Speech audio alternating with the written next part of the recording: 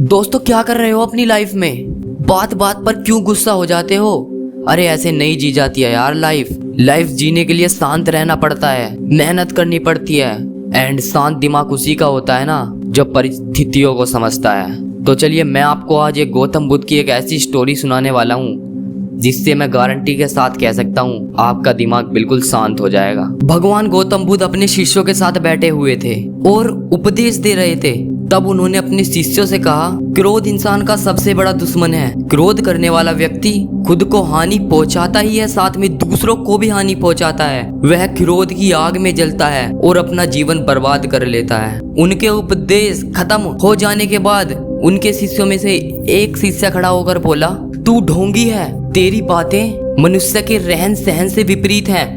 तू जो भी बातें बताता है उन्हें अपने जीवन में तो कभी आचरण नहीं करता, बस दूसरों से कहता रहता है। जब उनका शिष्य यह बातें कह रहा था तब भी गौतम बुद्ध ने उस पर कोई प्रतिक्रिया नहीं दी, वे शांत बैठे रहे। इसे देखकर उस व्यक्ति को और भी गुस्सा आ जाता है और वो गौतम बुद्ध के मुंह पर थूक देता है। इसके बाद भी महात्मा बुद्ध को गुस्सा नहीं आया और उन्होंने अपने चेहरे से थूक को पोंछा और शांत बैठ गए। यह सब देखकर वह शिष्य समझ नहीं पाया और गुस्से में आकर वहां से चला गया।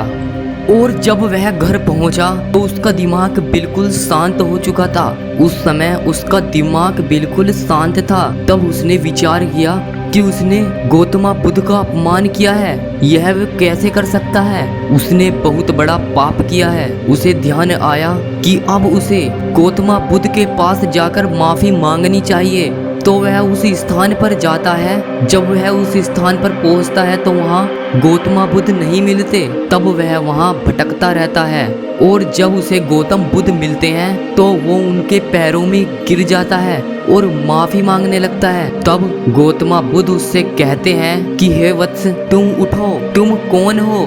यह सुनकर वह व्यक्ति चकित हो जाता है और सोचता है और गौतम बुद्ध से कहता है कि आप मुझे इतनी जल्दी कैसे भूल सकते हैं? मैं वही नीच इंसान हूँ जिसने कल आपका अपमान किया था। तो गौतम बुद्ध उससे कहते हैं कि मैं कल की बातें ध्यान नहीं रखता। कल की बातें हमें कल ही छोड़ देनी चाहिए, चाहे वे बातें अच्छी हों या बुरी हों। तो दोस्तों इस कहानी से हमें ये सीख मिलती है कि मनुष्य चाहे किसी भी परिस्थिति में हो उसे गुस्सा नहीं करना चाहिए, क्योंकि गुस्सा मनुष्य का सबसे बड़ा विनाशकारक हथियार होता है। तो आई होप आपको ये वीडियो अच्छी लगी होगी।